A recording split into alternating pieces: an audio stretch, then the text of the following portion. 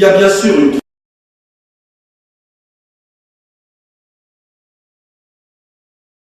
troisième charpente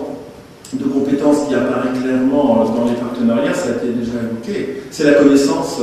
on va dire, du territoire, des publics, des mesures, des dispositifs, de la réalité socio-économique autant qu'on puisse l'approcher, hein, avec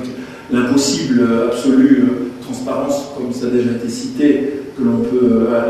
l'impossible ou l'illusoire connaissance qu'on peut essayer d'approcher du territoire. Néanmoins, c'est difficile de travailler, je me souviens avoir travaillé avec Jean-Luc Blais sur la question des orienteurs de l'éducation nationale, proviseurs principaux, professeurs principaux CIO, et de faire les constats de carence dans la compétence de ces professionnels sur l'appréhension, c'était les années 80, sur l'appréhension et les points de repère qu'ils avaient sur leur territoire, sur les publics, sur la socio-économie, sur les questions clés. Hein, on demandait à l'époque, on travaillait ensemble sur les proviseurs, on leur demandait il y a combien de chômeurs, il y a combien d'actifs dans votre entourage, dans votre bassin, combien travaillent dans le public, combien dans le privé, quel est le plus gros employeur, où sont les chômeurs, dans quel métier, à quel niveau, quel est le flux de sortie des bacs pro, quel est le flux de sortie des BTS, travaillent-ils ici, vont-ils travailler ailleurs, quel est le pourcentage de ceux qui continuent en licence ou à l'université et de ceux qui s'arrêtent au bac pro ou à la au BTS pour travailler et combien travaillent localement, et quelle est la part de ceux qui travaillent dans leur qualification. Quand on sait que dans certains métiers, c'est pas 1 sur 8 qui occupe un emploi en rapport avec sa qualification, on voit bien que cette connaissance du territoire, du public, des mécanismes, des mesures, de la réalité socio-économique doit être en partie partagée. Bon, je considère que c'est impossible de faire travailler des professionnels sans qu'il y ait un minimum de corpus commun qui va se construire autour de cette connaissance du territoire, qui sera un peu le troisième pôle qu'il faut travailler. Malheureusement, il est peu travaillé dans la formation initiale de ces professionnels. Hein. Bien sûr, ceux qui s'occupent d'emploi, on l'a vu dans la formation des opérateurs de Pôle emploi ou de la NPE, ils travaillent là-dessus. Bon.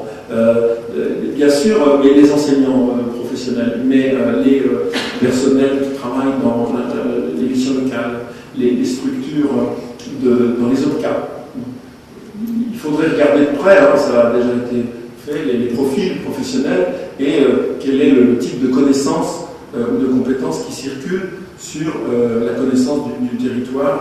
dans ces différentes institutions, dans ces différents métiers, pour se rendre compte qu'on est encore loin. Pour avoir travaillé avec des partenariats italiens sur l'approche microéconomique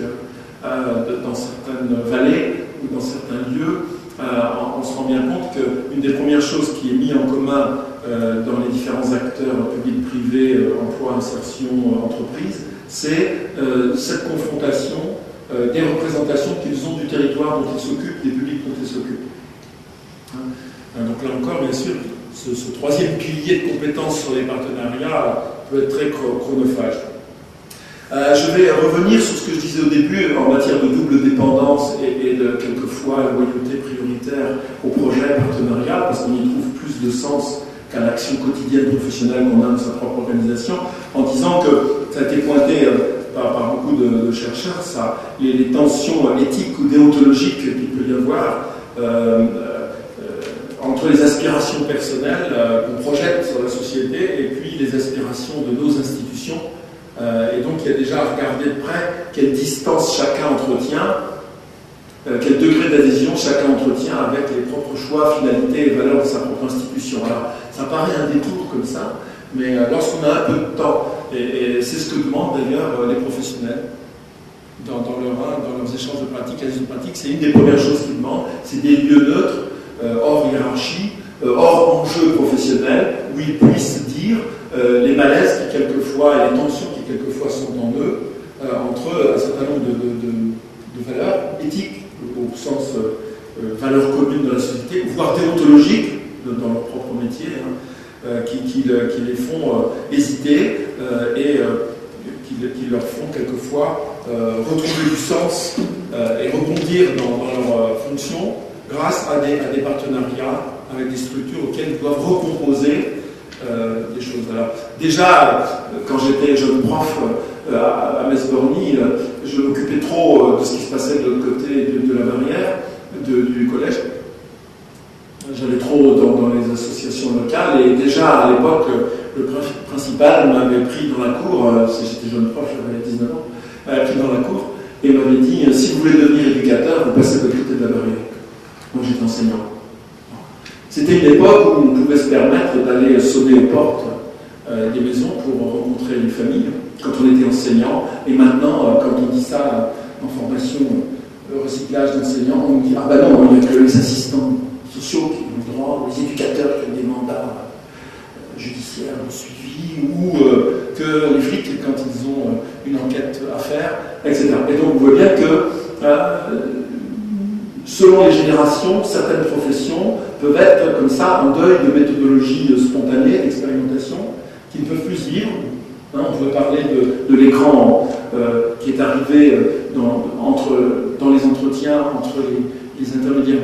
des services de l'emploi et les individus, l'écran d'ordinateur, le logiciel parcours dans l'émission locale. On peut se souvenir des questionnements forts que ça avait posé en termes éthiques et déontologiques par les acteurs eux-mêmes qui considéraient que faire intervenir le tiers qui enregistrait les données dans l'ordinateur, dans les entretiens de conseil, d'insertion, modifiait complètement leur travail et on a vu comme ça des quasi-démissions de gens qui ont quitté ce boulot pour ne pas se retrouver là-dessus. Donc on voit bien qu'on est là sur une question importante. Alors après, il y a le champ qui a été beaucoup pointé dans le développement local. Moi je me suis beaucoup inspiré, j'ai beaucoup travaillé avec Maurice Blanc et grâce à lui j'ai accédé à une dizaine d'années à un certain nombre de constats qui ont pu être faits dans le développement local, l'aménagement du territoire et qui sont souvent un peu transposés après dans le champ de l'action sociale, du travail, de l'emploi et de la formation professionnelle. Ce qu'on appelait les figures de passeurs, les figures de médiateurs. Alors là, la question se pose, qui peut, qui sait, qui a envie? Est-ce que tous les professionnels peuvent être de bons passeurs, de bons médiateurs, de bons traducteurs même, hein, parce qu'il y a une question de langage entre les institutions, vous le savez. Une des premières choses qu'on construit aussi dans l'action partenariale, c'est des glossaires communs. Hein, parce que, voilà. Et donc, peut-on aider les professionnels à progresser? Comment peuvent-ils prendre conscience de leurs propres limites ou de leur propre potentiel à être des bons médiateurs dans les structurations et les synergies d'acteurs interinstitutionnels, des bons passeurs hein, qui vont faciliter les co-reconnaissances, etc. Ça me semble être le quatrième pilier de compétences qu'il faut travailler et retravailler régulièrement lorsqu'on est plongé dans des partenariats. C'est la question de la médiation, du rôle de passeur, du rôle de traducteur, qu'il faut au moins à certains d'entre les partenaires, si possible, le plus partagé possible. Voilà, donc je vais avancer sur la question des réseaux. C'est vrai qu'on a longtemps considéré, ça a été évoqué plutôt sur les parcours des individus, par Jean-Luc Day qui disait plus on a de réseaux, plus on peut éventuellement à une certaine époque rester sur le territoire où on est, ou avoir la chance d'y rester. Travailler en réseau, c'est l'apanage d'un certain nombre de professions, mais c'est aussi s'exposer, c'est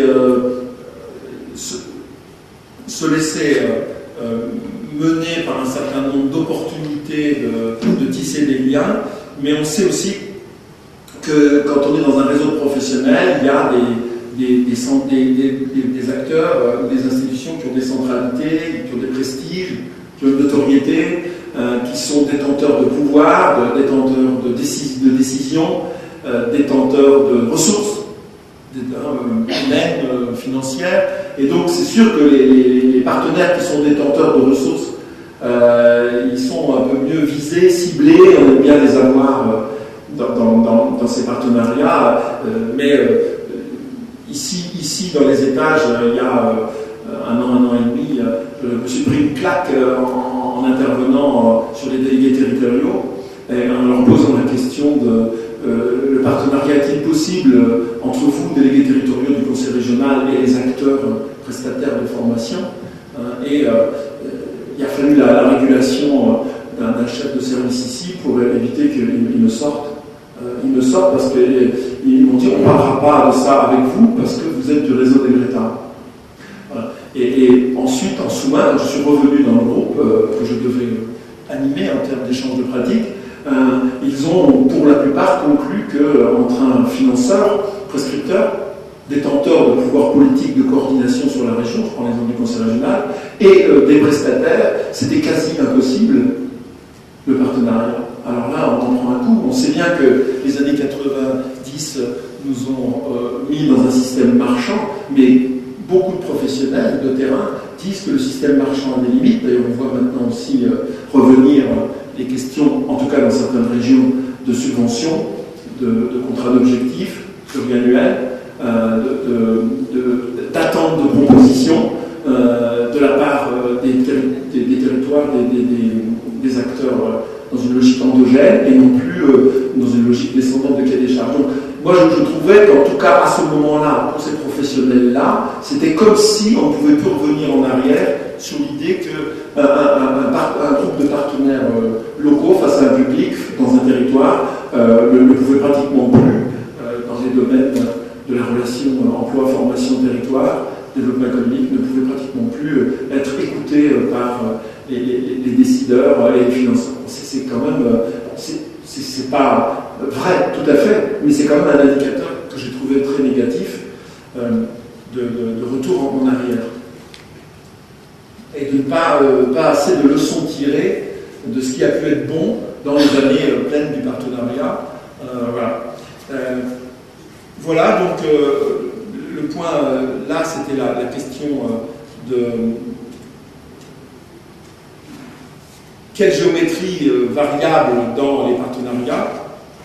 Est-il possible de travailler entre concurrents? Est-il possible de travailler avec un décideur, un financeur, dans un rapport de co-construction, d'interpellation sur le sens, sur les objectifs, sur les indicateurs d'évaluation, hein. Combien d'acteurs qui sont quotidiennement dans le face-à-face avec les publics disent que, et ce n'est pas entendu, ou très peu, que les propres critères qu'eux utilisent pour dire s'ils font un bon travail ne sont pas pris en compte, les propres indicateurs qu'eux se fixent professionnellement pour vérifier les effets du système et des prestations, etc., qu'ils proposent au public. Donc on voit bien que comment faire pour que les acteurs partenariaux fassent que les banques de données d'indicateurs de mesure des effets, de l'évaluation, etc., prennent en compte ce qui peut être dit sur le terrain du face-à-face. Je pense que le partenariat qui brouille un peu les niveaux décisionnels, stratégiques et opérationnels peut permettre de faire remonter et donner droit de cité plus important aux indicateurs des gens qui sont sur le face-à-face.